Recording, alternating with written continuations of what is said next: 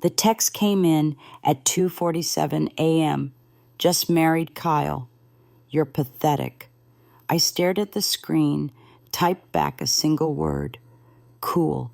Then I got up, changed the locks, canceled the credit card she'd been using for the past 5 years, and began a series of moves quiet, calculated and motionless, but powerful enough to make Rachel realize one thing.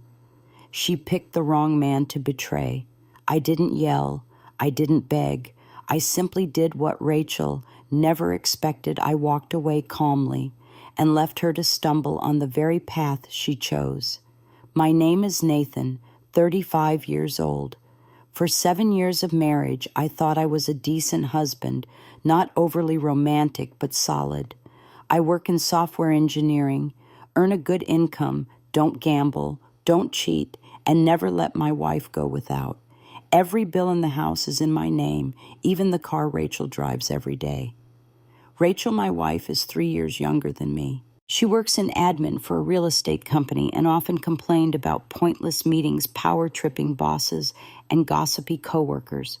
She said she was tired of not being able to be herself. I believed her, and I tried to make up for it the only way I knew how: stability. Lately, we'd been talking less. Dinners together became rare. Rachel started traveling more, first to Denver, then San Diego, then Vegas. She said they were soft skills workshops, team-building events. I didn't question it. I'm not the kind of man who tracks his wife's every move. I believed that if I treated someone with decency, they wouldn't betray me. Until one night, I got a message at 2:47 a.m. My phone lit up in the darkness of a silent room. Just married Kyle. You're pathetic.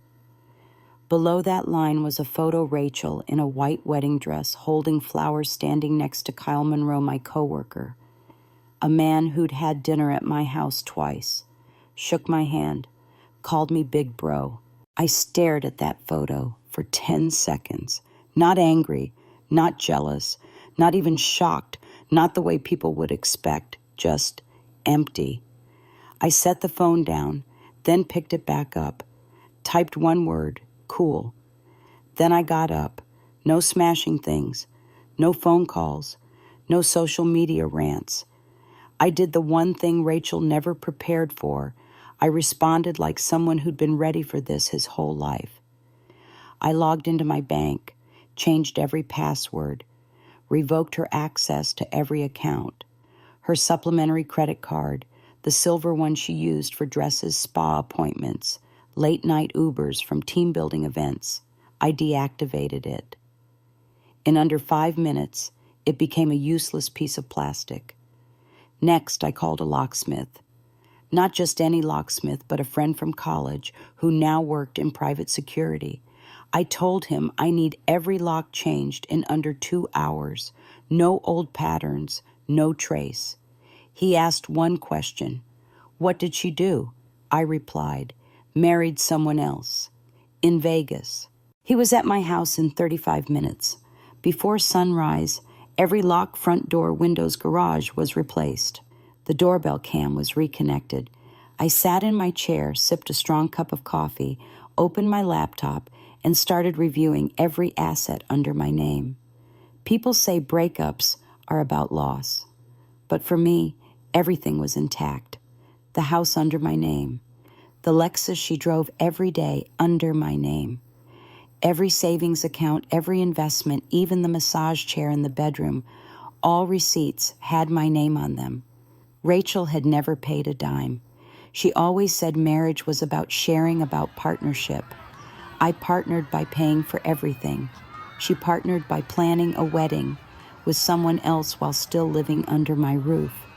And one small but critical detail. She didn't know the new Wi-Fi password or have a spare key. I opened my laptop, created a new folder on the desktop, Rachel, post-production. Inside, I started a list of next steps. Call the lawyer, close all joint accounts, archive the messages, photos, anything that might be useful in court. pack her things into boxes clearly labeled freedom, handle with care. That night I didn't sleep, but I didn't toss and turn either.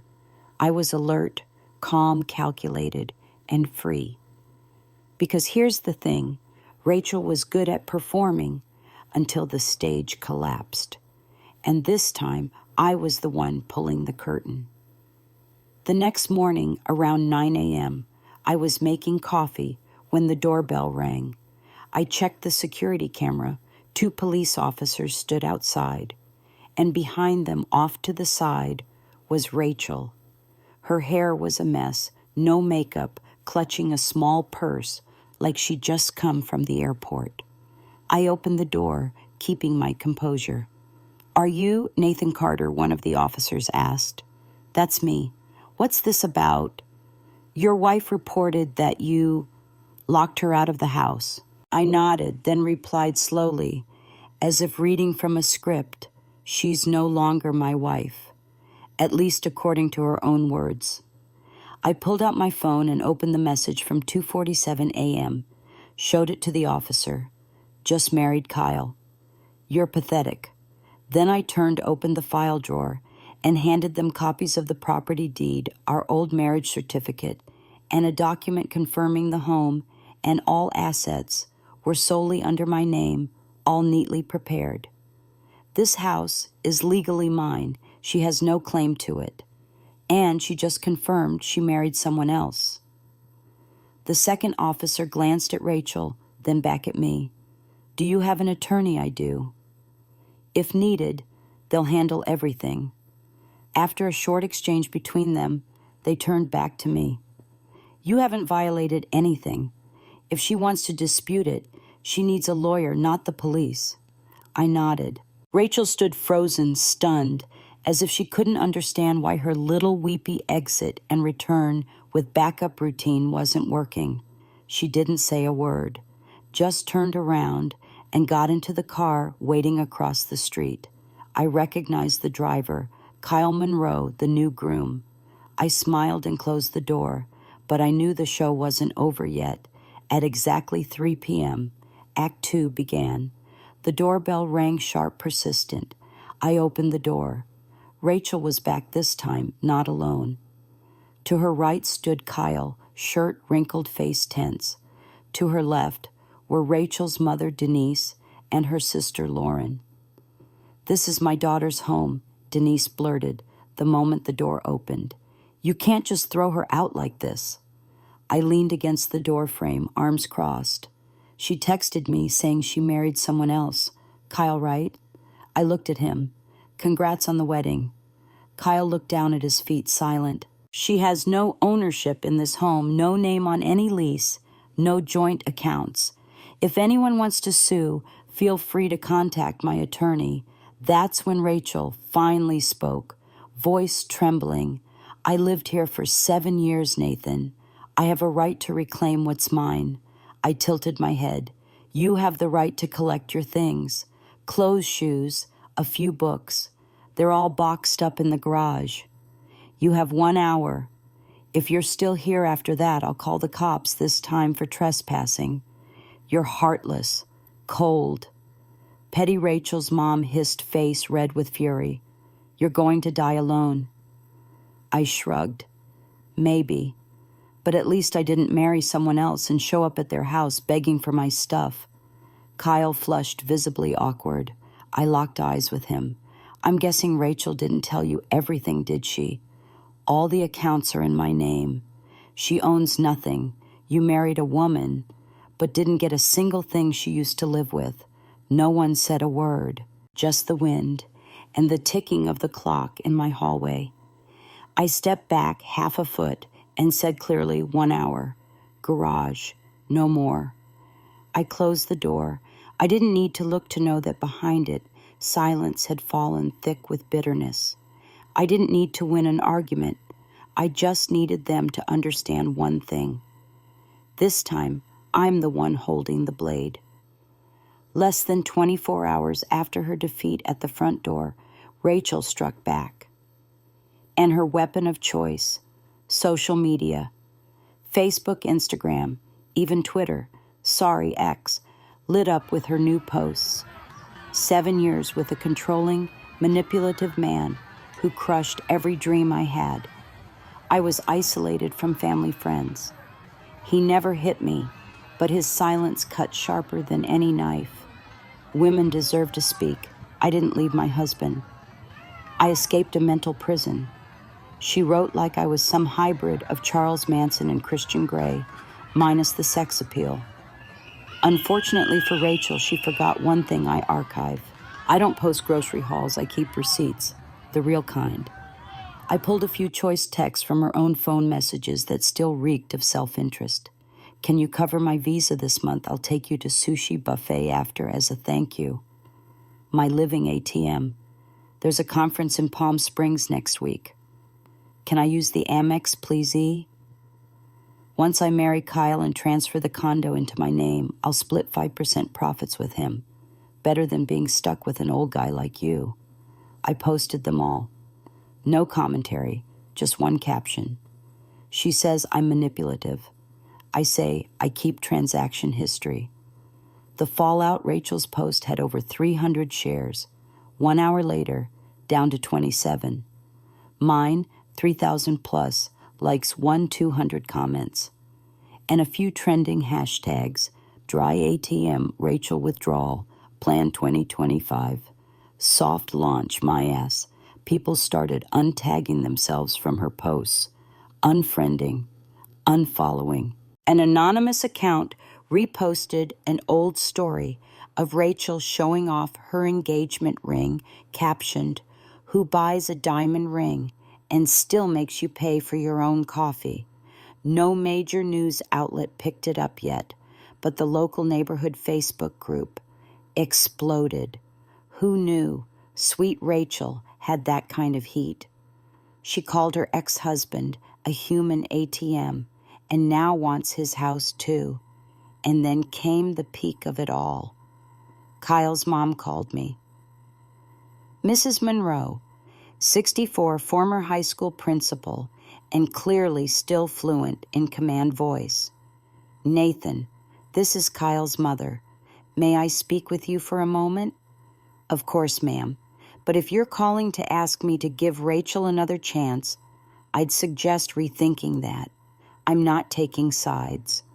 But I just found out Rachel is $22,000 in credit card debt and just started a TikTok channel called Wife Reboot. My son, he's not equipped to handle someone like her. I couldn't help it. I laughed. Out loud. You're joking, right?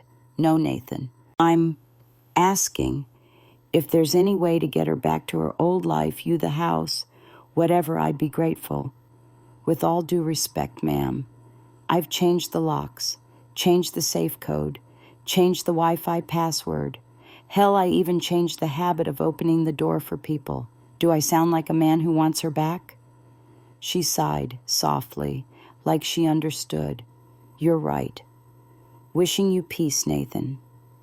And I'll remind Kyle to review the prenup before it's too late.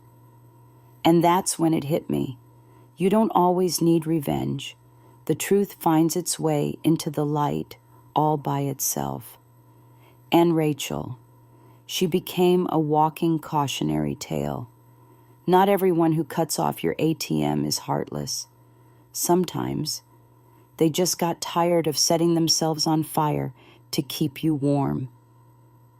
A few weeks later, it was drizzling when the doorbell rang. I checked the security camera and I wasn't surprised. Rachel, soaked, no makeup, rain-drenched coat and eyes, stripped of any pride. I opened the door without a word. She stood there for a few seconds, then broke into tears. Nathan, I have nowhere else to go. Kyle, he left me, said I was a burden. I leaned against the doorframe, arms crossed. So, the whole life reboot plan fell apart, huh? Rachel didn't answer. She just sobbed, taking a step closer. I was wrong. I didn't know what I had until it was really gone. I'm not asking for forgiveness, just a chance. Even a prenup, I'll sign it. I'll stay quiet, live right, start over. I stayed silent for a few moments, then turned back inside. Rachel lit up, thinking I was giving in. Then she saw me return, holding a small ash-gray box. I placed it in her hands. Inside is your wedding ring, a few small pieces of jewelry, and your unpaid phone bill. Oh, and the key to the old storage locker you left in the shed. Rachel opened the box. Her eyes welled up, whether from rain or tears I didn't care to know. Nathan, I don't want the stuff. I want you. I want us. I pulled out my phone and called an Uber. It'll be here in 4 minutes. I already set the drop-off for your mother's house. Don't worry about the fare. It's paid for. She stood frozen. I spoke calmly, not with anger, not with bitterness. Don't worry, I've arranged a ride for you. Everything you need is in that box, including the freedom you once wanted. She dropped to her knees crying, but I didn't waver, because for the first time in my life, I wasn't looking at Rachel as someone to save, but as a chapter I was finally ready to close. The Uber pulled up. I nodded gently. Go, Rachel, before you start regretting something truly worth regretting. She stood holding the box and walked away without looking back. I closed the door. No slamming, just firm final. And in that quiet house, I poured myself a cup of hot tea. No tears, no bitterness, just peace. The kind I once thought I'd never find again. Now I live alone in a small apartment just outside the city. It's not big, not luxurious, but it's quiet, tidy, and most importantly, it's mine. No more high heels clicking at midnight. No more strange charges on my credit card. Just the sound of the kettle boiling, the neighbor's cat sprinting down the hallway, and sometimes the quiet sigh of my own relief. On the wall just behind my desk hangs a very special frame. My lawyer had it printed and framed as a joke, a copy of Rachel's marriage certificate with Kyle Monroe, signed in Vegas at 2:43 a.m. The signature is rushed, tilted like the rest of her life. I call it my quiet trophy. Someone once asked me, "Do you have any regrets?" I took a sip of tea, thought for a few seconds, then said, "Sure. I regret not seeing her true nature sooner. But hey, better late than never." I leaned back in my chair, eyes resting on the frame. No bitterness, no pain, just the hint of a smile. She played a stupid game and got exactly the prize she deserved. If you've ever been betrayed, dismissed, or found yourself holding together a one-sided relationship, remember this. You deserve respect, peace, and a life where you don't have to prove your worth to anyone. Don't forget to follow Tales of Quiet Rage so you won't miss the real stories where every old wound is a reminder. Silence isn't weakness, it's strength forged through pain. And if you see yourself in these stories, welcome to a place where finally you no longer have to ask for permission to live as who you are.